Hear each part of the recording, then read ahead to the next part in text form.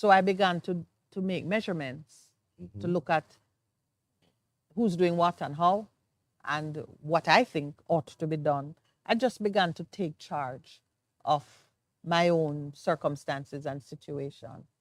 And I made a choice that I needed to move in the direction that suited me. So I made another major decision there. Alignment with God. Yes. Yeah.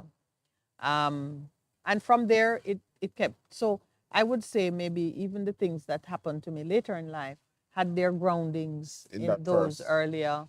Yeah. And at all occasions, when I chose me, I was not the most powerful in the equation, in the sense that somebody was paying me. And I chose to go with my own thinking over and above the perspectives of my employer. Let's put it that way. A lot of us make decisions that are driven by the wrong perspective. Driven by fear.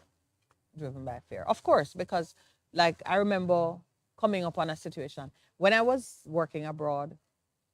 We were in a building, a predominantly female workforce, in a building, in a country that didn't have piped water available, throughout. You had to purchase water and then supply, right? And there was a problem in the building for like 2 days, no water. And they didn't want to close the office. Okay. So You didn't I want said, it? but what in humanity? So many women in a building, and you think it is hygienic to force us to do I don't know what, carry water in a bottle, whatever method of you don't want to close your building and lose some money for the days that your offices are closed, and you want the staff, predominantly female staff, to bear the brunt of that. I would rather live under a bridge. Okay.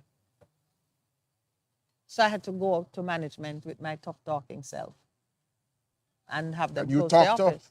tough. And have them close the office. But I just remember thinking, everybody else is saying, well, we can't. I'm like, no, this is unacceptable. Every time you look, somebody is off trying to find a workaround somewhere else. Anyway, I just remember the live under a bridge. Because, of course, you're in a foreign country. Somebody will pay you. That's right. I'll That's pay right. your rent. If you get fired on the spot, You live you under a need to bridge? figure out your way. I can't recall seeing any bridge in that country. Oh my Lord. It was not a country of rivers. Oh my glorious Father. Oh, boy. But the thing, But, the yeah, themes you have that to have just jump out at me, the whole strength thing, of your conviction. right? But faith versus fear, walking in obedience, that has been it for myself and my wife. My wife of 28 years, 29 next Oh, when year. is your anniversary? What month?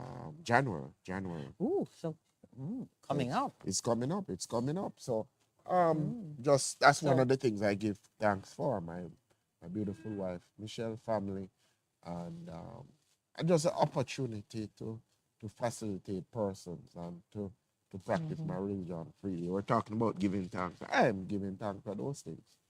Well, I wrote down what I am most thankful for. Given all that I was just saying, I am most thankful to be living in purpose. Okay. After years of doubt and searching and agonizing, always wondering, am I doing the right thing? Is this what is the ideal thing for me? And sometimes when we're saying, am I doing the right thing?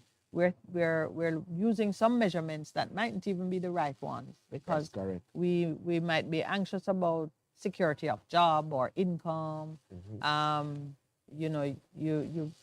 It is, but for me, it has always been moral jeopardy. Okay. I have never wanted to be in a state of doubt about right and wrong and whether I'm doing the right thing. So always moral jeopardy has been a concern of mine. I want to be on the right side of every important issue in my life. And that's about right issue of God and what He is doing. Yeah. Yeah. That's what it is. Right. Purpose. Destiny. It got very personal there. Good time for a break.